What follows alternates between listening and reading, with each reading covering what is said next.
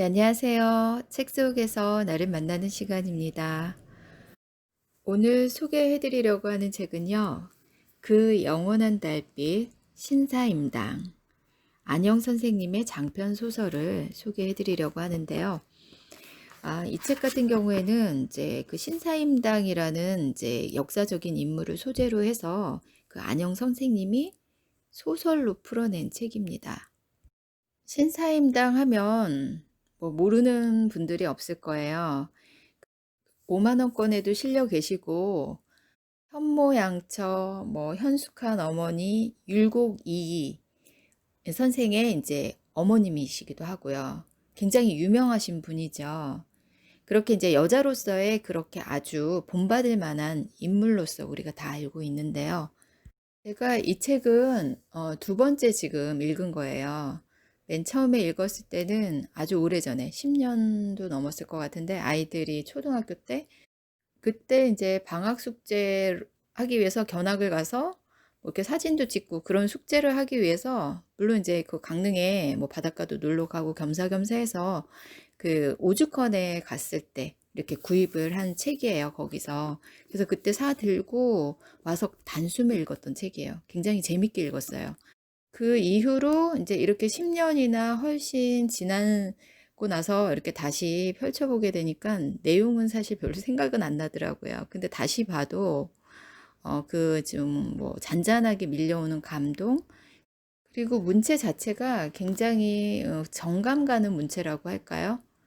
그 신사임당이 이제 시집을 가서도 친정인 강릉에서 생활을 많이 했기 때문에 강릉의 그런 아름다운 이제 풍경이라든지 이런 묘사가 아름답게 잘 표현이 되어 있습니다.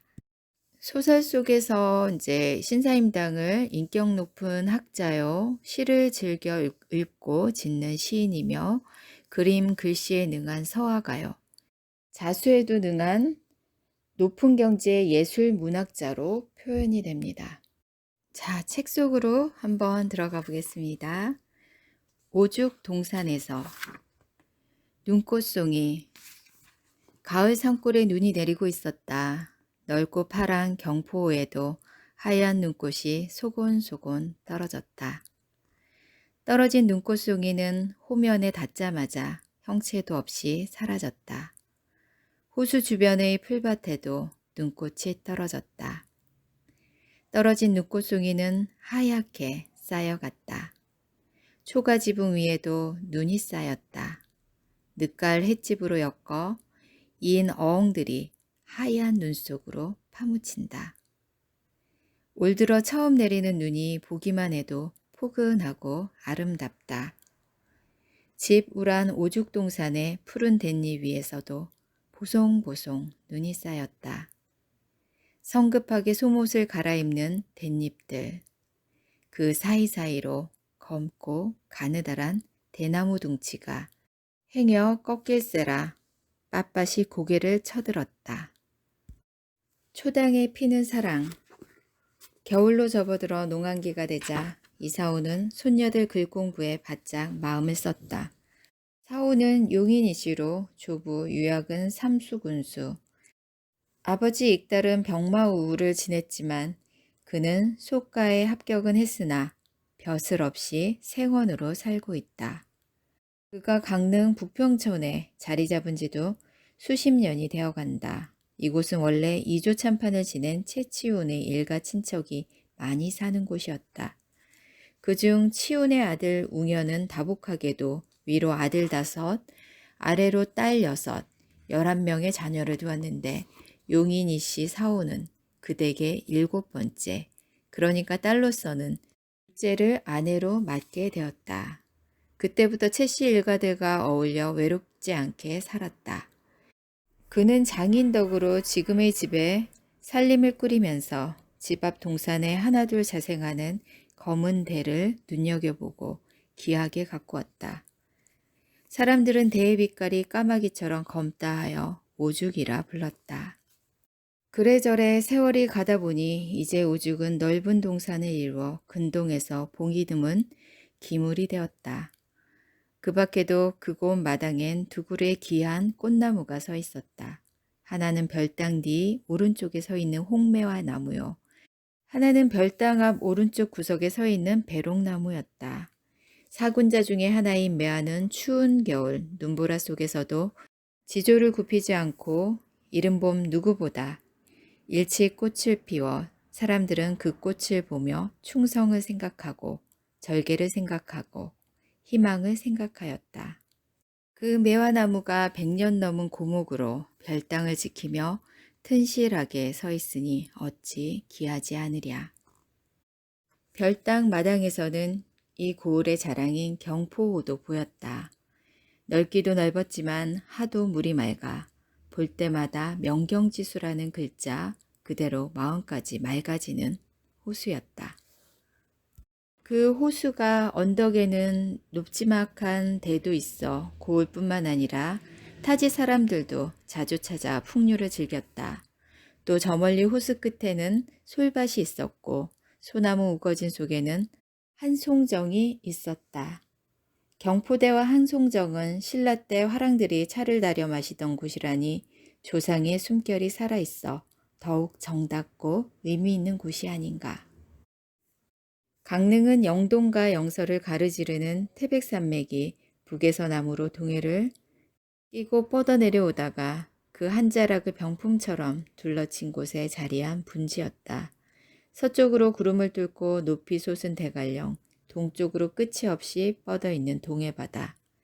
산과 바다의 조화가 절창을 이루어 팔도강산의 명승 중에 명승지로 꼽히는 곳.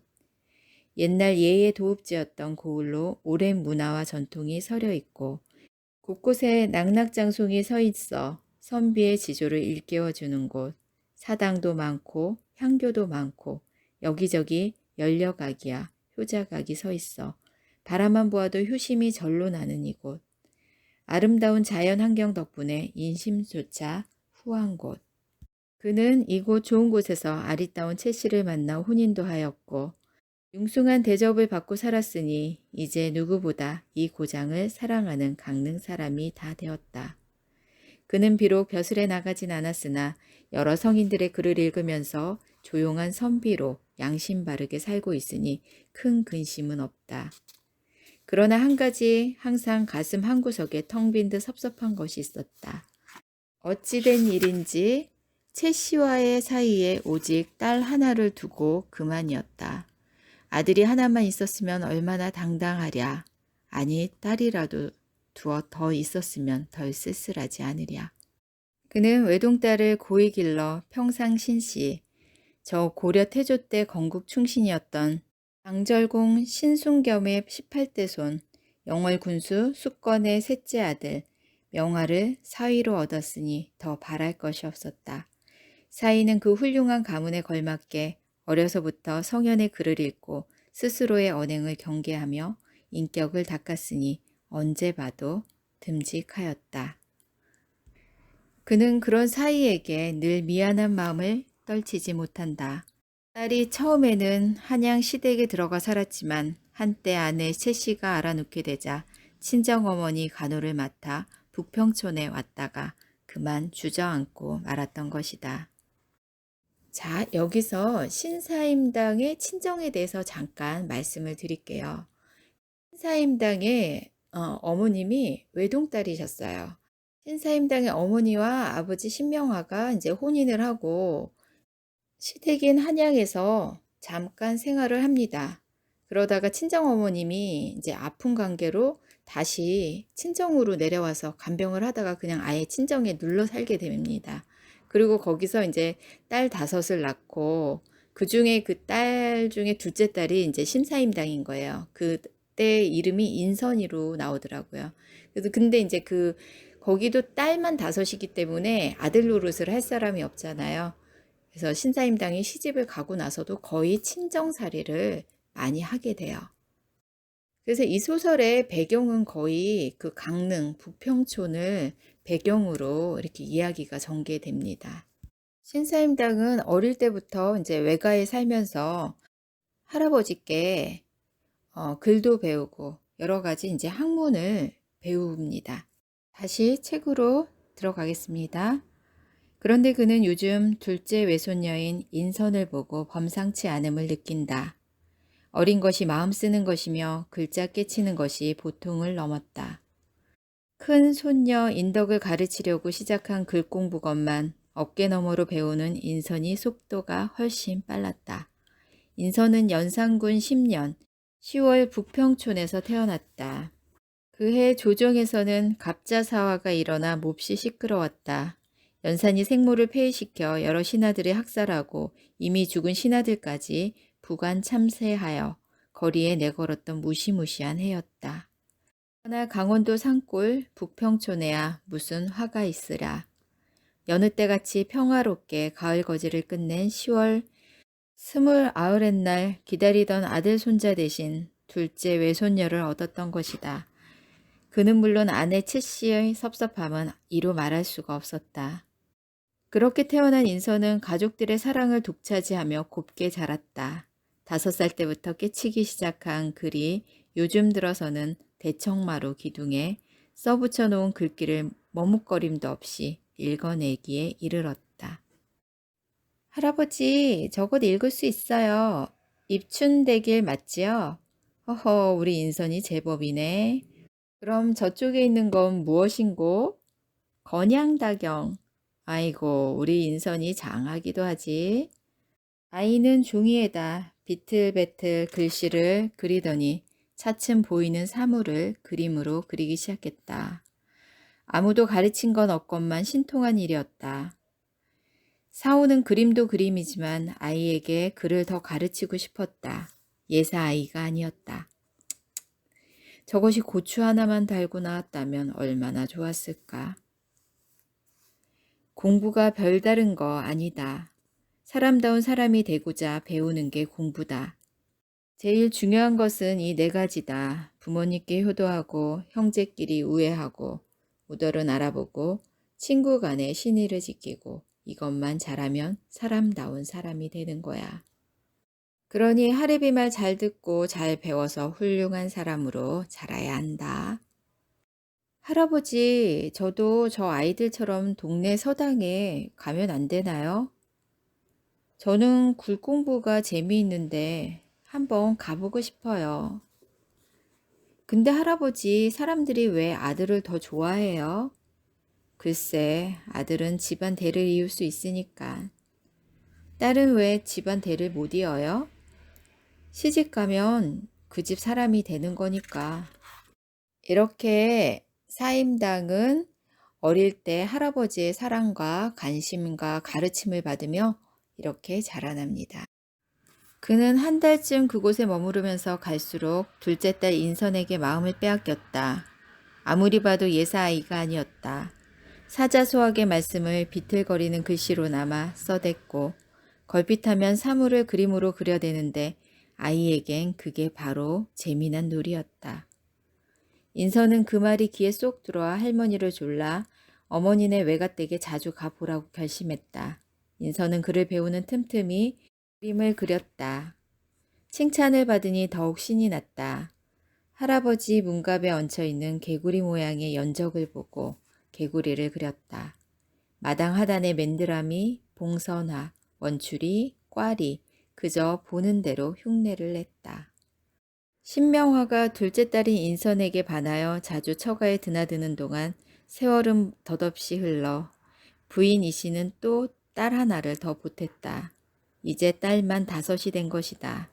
이씨는 남편에게 염치가 없어 오다 가다 여자 하나를 봐서 아들을 얻으라고 권하였다. 지나가는 말이 아니라 진정으로 권하였다. 그러나 신명아는 아무 걱정 말라며 이씨의 권유를 거절했다. 오히려 여느 아이들과 다른 인선을 잘 키우기나 하라고 격려를 아끼지 않았다. 이씨는 남편의 너그러움에 감사하며 덩달아 나라의 태평과 백성의 안녕도 빌어보았다. 만났다 싶으면 헤어질 때가 오고 떠났다 싶으면 다시 만날 때를 기다리라며 대관령국에 넘어 한양과 강릉에 따로 사는 부부의 정은 식을 줄을 몰랐다. 금슬 좋기로 소문난 외조부 이사온과 채씨 그리고 그의 버금가는 부모 신명아와 이씨 사이에 인선네 5자매는 무럭무럭 자라갔다. 여기 내용에서 보면 그 신사임당 그 외가 쪽 집안은 굉장히 다복하고 화목하고, 그리고 이제 부부애가 굉장히 두텁게 이렇게 그려져서 나와요. 그 당시 조선시대 당시에는 아들을 귀하게 생각했던 시대니까 뭐 양반들이 뭐 첩을 하나 얻거나 뭐 소실을 하나 들여서 대를 잇는 경우가 많았었잖아요. 그런데도 그 뭐 할아버지 그 증조부나 뭐 조부모 이런 분들이 뭐 소실을 두거나 뭐 하여서 뭐 이렇게 대를 이으려고 하지를 않았습니다. 그런 집안 가풍 때문이었을까요? 그래서 이렇게 훌륭한 인물이 배출이 되지 않았을까 싶습니다. 경포호의 설인 사연. 그 가을 인선은 행복했다. 아버지가 벼슬을 하고 안 하고는 문제가 아니었다. 초시에 합격하신 것만으로도 어깨가 으쓱했다. 게다가 모처럼 오랫동안 강릉집에 머물러 계시지 않은가. 언니랑 아버지의 손을 잡고 경포 호숫가를 거닐며 한가를 누린 것도 큰 기쁨이었다. 아버지는 부평촌에 머무르시는 동안 바깥채에서 책도 읽으시고 붓글씨도 쓰셨다. 인선이 곁에서 먹갈기 심부름을 하다가 붓을 만지고 싶어 아양을 떨면 붓글씨를 써보라며 붓을 주셨다. 붓글씨는 예로부터 서두라고 했다. 그야말로 마음을 한데 모으고 정성을 다해야지. 먹을 갈 때도 자세를 바르게 하고 먹을 똑바로 세우고 갈아야 한다. 먹 달아지는 것을 보면 다 안다. 자세가 비틀어지면 먹도 비틀어지게 닳거든. 글씨를 쓸 때는 더 말할 것도 없다. 자세도 마음도 반듯하게 하고 붓을 똑바로 세워서 글을 써야 해. 글씨는 그 사람의 마음을 나타내는 것이다. 바른 마음에서 바른 글씨가 나온다. 손끝으로 재주 부리는 게 아니야. 붓대를 똑바로 세우고 팔을 활발히 움직여서 전력을 다해 온몸으로 써야 한다. 붓대를 반듯하게 세우지 않고 적당히 기울여서 글씨를 쓰면 벌써 다 안단다. 그 글씨는 살아있지 않아. 이미 죽은 글씨지. 아, 붓은 이렇게 잡는 거야. 붓의 중간보다 약간 위를 이렇게 쥔단 말이다. 아버지는 인선의 손을 잡아 붓을 쥐게 하시고 획을 긋는 법도 가르쳐 주시며 여러 가지 이야기를 들려주셨다. 가을로 접어들면서 인덕 언니에게 중매가 계속 들어오고 있었다. 어머니는 시집가기 전에 배워야 한다며 부지런히 음식 만들기와 바느질을 가르치셨다. 인선도 어머니 곁에서 함께 바느질을 배웠다. 사람이 살아가는 데 있어 무엇보다 중요한 것은 사람과 사람과의 관계다.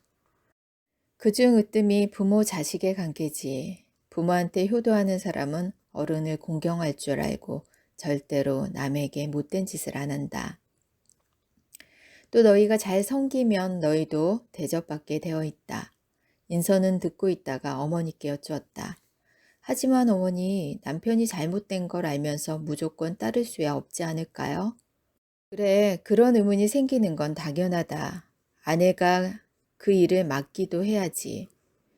효경에 보면 그 문제가 나오지 않더냐.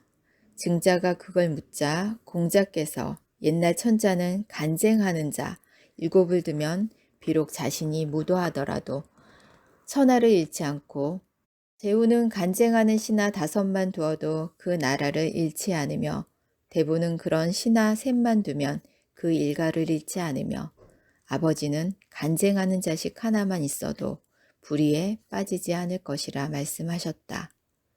그러나 간쟁할 때 방법이 문제지. 잘못했다간 상대방 심기를 건드려 거꾸로 화를 부를 수도 있단다. 그 사람을 진정으로 위하는 마음에서 조심스럽게 간언한다면 상대편 마음도 움직일 수 있을 것이다. 인선은 한 땀 한 땀 술을 놓으면서 행복했다. 언니에게 줄 결혼 선물이라 더욱 정성을 다해 술을 놓았다. 수는 정성껏 하지 않으면 실이 금세 얽혀버려 난감해지곤 했다.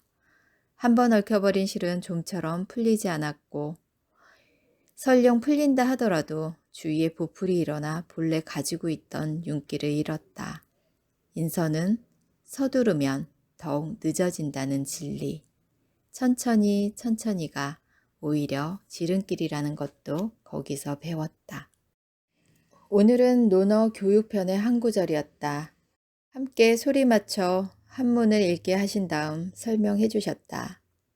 군자는 생각하는 것이 9가지다. 무엇인가를 볼 때는 겉만이 아니라 속까지 볼 수 있도록 밝아야 함을. 들을 때는 남의 말을 잘 새겨 들을 수 있도록 총명해야 함을. 색은 온화스러워야 함을. 용모는 공손해야 함을. 말에는 신의가 있어야 함을. 일을 행함에 있어서는 정성스러워야 함을. 의심나면 물어야 함을. 분하면 환난 있을까를, 이득을 보면 옳은 것인가를 먼저 생각해야 한다. 이 9가지만 염두에 두고 산다면 바로 군자가 되는 거야. 군자라고 어디 저 멀리 있는 게 아니다. 공자님은 우리가 마음만 먹으면 누구든지 군자가 될 수 있다고 하셨다. 알아듣겠느냐? 삼라만상을 보고 있으면 어느 것 하나 제 빛을 지니지 않은 것이 없었다. 인선은 그것들이 혼자씩 제 빛을 내는 것도 아름다웠지만 온통 여러 가지가 어울려 있을 때 더욱 아름답게 느껴졌다. 봄의 초록이 똑같은 초록이 아니듯이 가을 단풍 역시 수십 가지 빛이었었다. 특히 르티나무의 단풍은 볼수록 신기했다. 다 같은 나무 것만 어찌 그리 갖가지 빛깔로 단풍이 드는 것일까? 노란색, 갈색, 선홍색, 자주색, 주황색, 나무마다 다르게 치장을 하고 서 있으면 그 조화가 절묘하다. 그런 잎들의 햇빛이라도 싸하고 내려비치면 반짝반짝 윤기가 흘렀다. 청명한 하늘을 배경으로 바람에 나부끼는 이파리들은 자기를 부르며 손을 흔드는 것처럼 보였다. 어딘가로 자기를 오라고 불러내는 것처럼 보였다. 인선은 갑자기 눈시울이 젖었다. 알 수 없는 슬픔이 가슴을 적셨다. 아름다운 단풍에 취하여 갑자기 슬픔을 느끼는 것은 무슨 까닭인가. 인선은 자주 무언가가 그립고 누군가가 보고 싶었다. 산다는 게 무엇인지 하루 종일 누군가와 대화를 나누고 싶어지면서 가슴 한구석이 빈 듯 허허로움을 느끼곤 하였다. 경포 호숫가의 아름다운 산천은 이래저래 인선에게 좋은 스승이 되었다. 어찌 산천뿐이랴. 집안의 풀, 꽃, 채소, 포도, 곤충, 나무, 돌, 지붕, 그 모든 것을 바라보면서 수도 없는 빛깔을 관찰하고 인선은 마침내 깨달았다. 어찌 감히 자연에 비길 수 있으랴. 이색저색 구색을 맞춰가며 수를 놓을 수 있으면 환하게 살아나는 빛의 신비에 쌓여 아득한 행복을 누렸다. 어린 시절 언니랑 함께 놀던 추억도 수틀 위에서 다시 만날 수 있었고 심지어는 언니와 마음의 대화도 나눌 수 있어서 좋았다. 텅 빈 공간에 무언가 새로 지은 것이 채워지면 갑자기 부자가 된 듯 마음이 꽉 차올랐다. 완전히 새로운 세상이 열리고 있었다. 무서운 유를 창조해내는 기쁨이 이런 것인가 싶었다. 인선에겐 수틀 속의 공간이 갇힌 사회를 벗어나는 자유요 꿈이었다. 수의 특징은 부드러움과 강체 그리고 입체감일 것이다. 아무리 밑그림이 우수하다 해도 이를 표현하는 기술이 부족하면 좋은 작품이 나올 수가 없다. 그러기에 전체적으로 색 조화에 신경을 써야 했다. 정혼. 신명아의 건강이 우선해지자 이 씨는 인선의 혼인 문제를 걱정하기 시작하였다. 이미 서둘렀어야 할 나이였다. 솔직한 심정으로 시집 보내기 아까운 딸이었다. 마음 같아서는 어디선가 대리사이를 하나 얻어 오면 좋겠지만 그것도 뜻처럼 쉽지는 않을 것이다. 집안도 봐야 하고 인품도 봐야 하고 인선이 공부를 했으니 학식도 봐야 할 것이다. 그네는 남편이 한양으로 떠나기 전 기어이 그 말을 꺼냈다. 인선 나이 18입니다. 이제 신랑감을 알아봐야 되지 않을까요? 글쎄요. 나도 그런 생각을 안 한 것은 아니오만 인선이 출가를 하면 저만의 시간을 가질 수 있을까 그게 걱정이 돼요. 그러게 말입니다. 그렇다고 동생들도 나이 차오르는데 그냥 둘 수는 없지 않습니까? 그렇긴 하오. 내가 알아 누워 있자니 은근히 걱정이 됩디다. 이러다 목숨이라도 잃으면 관연한 우리 인선이 출가하는 것도 못 보겠구나 싶었소. 서방님도 참 아직 지천명의 나이도 안 채우셨는데 왜 그런 생각을. 사람이 어디 나이가 차야만 죽소. 하늘이 부르면 가야지. 내 한양 가면 힘 닿는 데까지 알아보리라. 당신은 전에 인덕이 때처럼 부도나 잘 가르치시오. 내년이면 19인데 서두를 때도 되었지. 인수대비의 내 운을 잘 두었소. 성종의 모인 인수대비 한씨는 궁중의 비빈과 부녀자들의 훈육을 위하여 친히 내 운을 저소라 했다. 이 나라에 늦게나마 여성교육의 지침서가 생겨난 것은 얼마나 다행인가.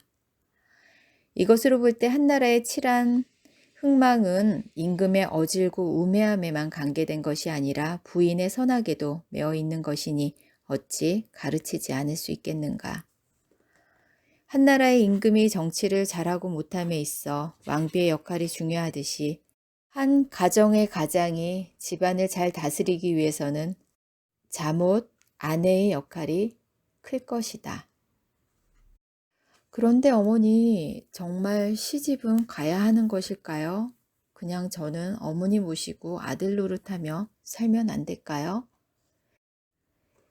인선은 인교를 가르치는 사이사이 자신의 미래에 대해 온갖 상념을 펼쳐본다. 도대체 어떤 남자가 나의 신랑이 될까? 외모는 어떨까? 성격은 원만할까? 공부는 얼마나 한 사람일까? 부지런한 사람이어야 할 텐데.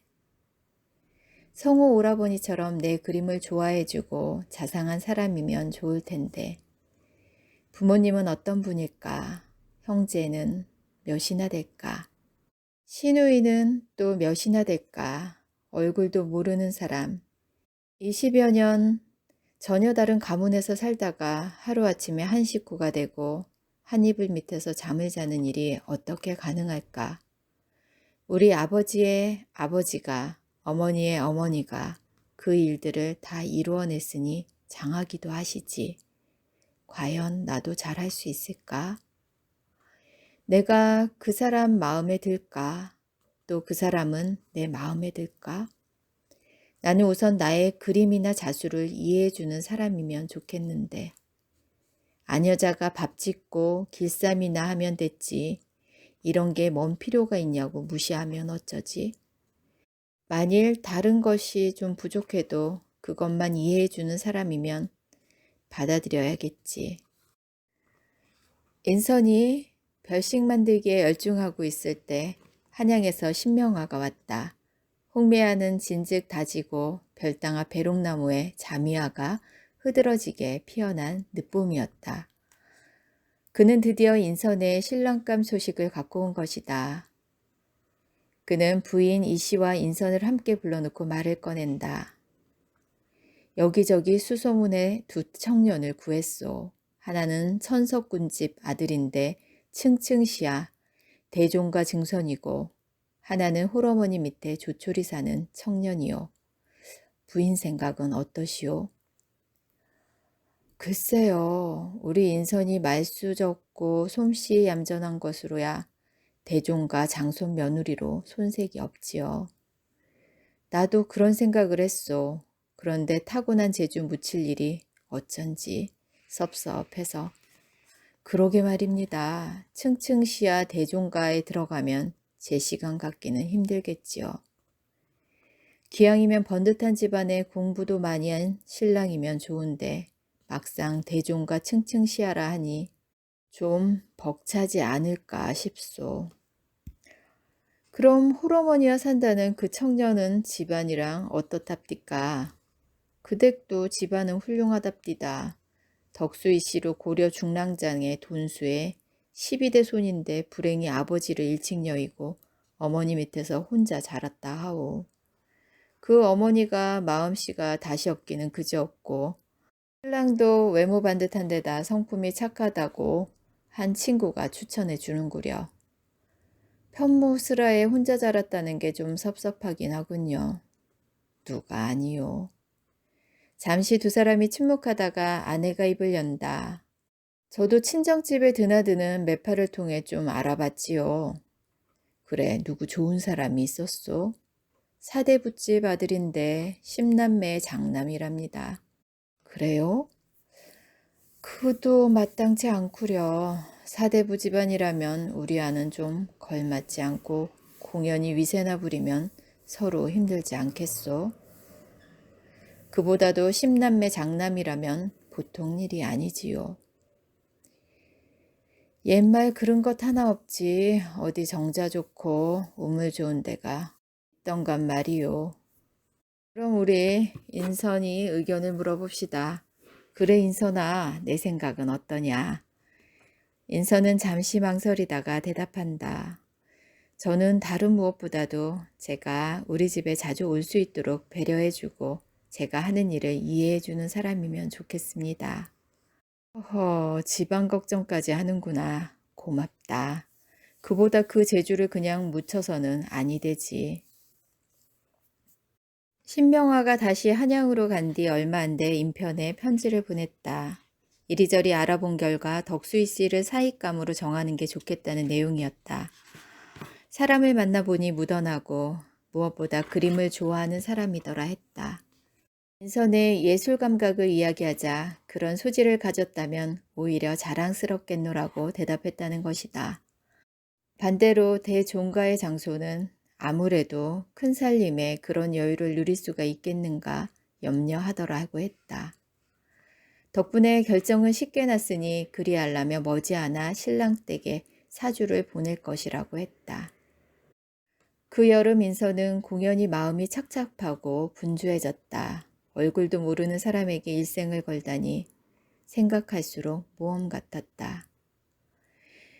그런데 과연 그 사람은 나의 그림을 좋아하고 수놓는 시간을 이해해 줄까? 아버지에게 약속했다니 믿어야지. 이원수를 배필로 정하다. 이제 한 달 남짓 시간이 흐르면 인선은 낯선 가정의 며느리, 낯선 사람의 지엄이가 되어 새로운 생활을 시작하게 될 것이다. 그때부터 인선은 시어머니가 될 홍씨, 남편이 될 이씨, 그리고 자기 자신, 이 세 사람을 한 가정에 놓고 전혀 새로운 상상을 해보곤 하였다. 일찍이 혼자가 된 그분은 얼마나 고단한 삶을 살아오셨을까? 딸도 없이 얼마나 외로우셨을까? 내가 가면 효도를 다하리라. 남편은 효자일까? 혼자 자란 그는 혹시 어머니 치마폭에 쌓여서 심신이 너무 연약한 사람으로 자라진 않았을까? 내 어머니가 외딸로 혼자 자랐지만 저리도 훌륭하듯이 그도 혼자였지만 잘 자란 사람이었으면 공부는 얼마나 했을까? 좋은 가문이라니 어머니도 글을 배우셨겠지. 그래서 아들에게 사서삼경은 읽히셨겠지. 식구가 단촐하니까 큰 살림은 아닐 거야. 그럼 내 시간을 가질 수 있겠지. 그것만으로도 얼마나 감사한 일인가. 어머님도 그림이랑 자수를 좋아하시면 좋겠다. 내가 하는 일이 그분들에게 기쁨을 줄 수 있다면 좋겠다. 이튿날 새벽 묘시쯤에 잠이 깼다. 스르르 한기가 느껴졌다. 인선은 일어나 덧문을 닫았다. 문 밖은 아직 어스름한데 매미들의 함성이 하늘을 찌른다. 여름의 끝자락이 되면서 새벽마다 저렇게 매미들이 기승을 부렸다. 있는 대로 목청을 돋아 합창을 해댄다. 노래일까, 울음일까. 아니면 무언가 할 말이 있어 내 말 좀 들어달라고 고함을 지르는 것일까? 미물도 다 삶이 있고 생각이 있을진데 저들의 말을 누가 알아들어 줄까? 곧 떠날 운명이라 저렇게 혼을 불사르며 울어대는 것일까? 인선은 매미들의 함성을 듣고 있다가 모든 사물의 유한성을 생각한다. 그러니 어떻게 허송세월을 할 수 있으랴. 인선은 별당으로 건너가 등불을 밝히고 내운을 펼쳐들었다. 우선 언행장이 눈에 들어왔다. 여정헌 공은 젊었을 때부터 학문을 익히되 마음을 다스리는 성품을 기르는 것으로 근본을 삼았다. 그래서 욕심을 억제하고 음식을 되도록 줄였다.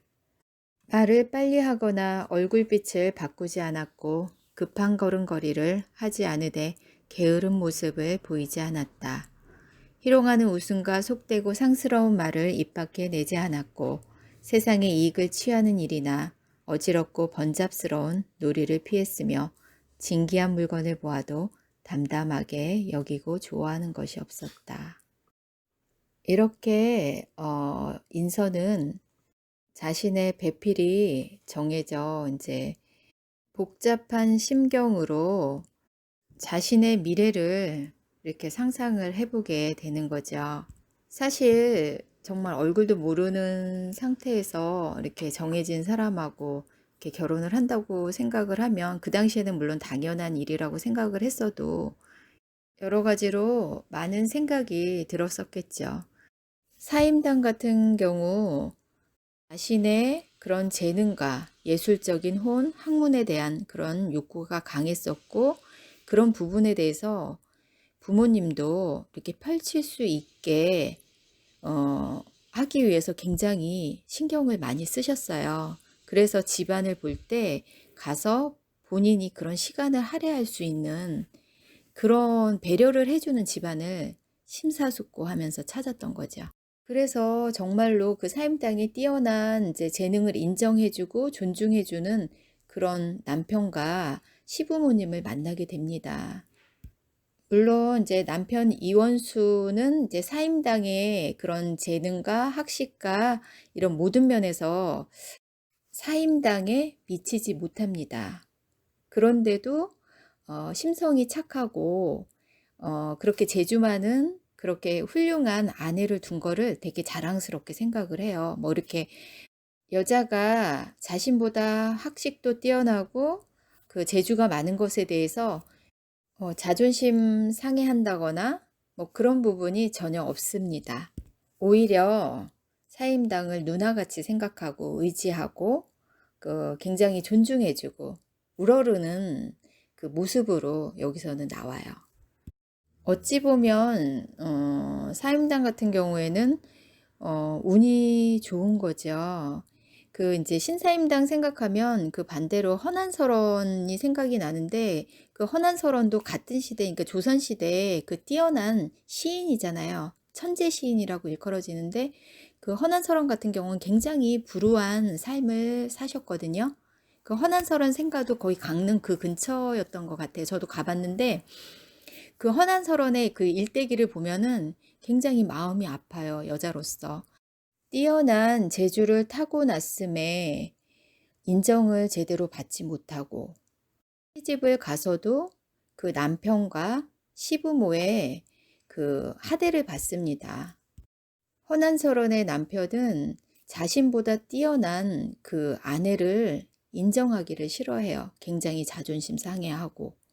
그리고 시부모님도 그 며느리의 그런 재주를 하찮게 생각을 합니다. 시집살이가 굉장히 고달픕니다. 자녀를 낳았을 때 그 자녀도 일찍 세상을 뜨고 본인도 일찍 생을 마감해요. 24살인가에 돌아가셨으니까요. 그러니까 너무 아까운 거죠. 그 뛰어난 재주. 24살에 좀 오래 사셨으면 많은 작품들을, 훌륭한 작품들을 후세에 남겼을 텐데 말입니다. 거기에 비하면 이제 사임당은 굉장히 환경이 좋은 환경이었던 거죠.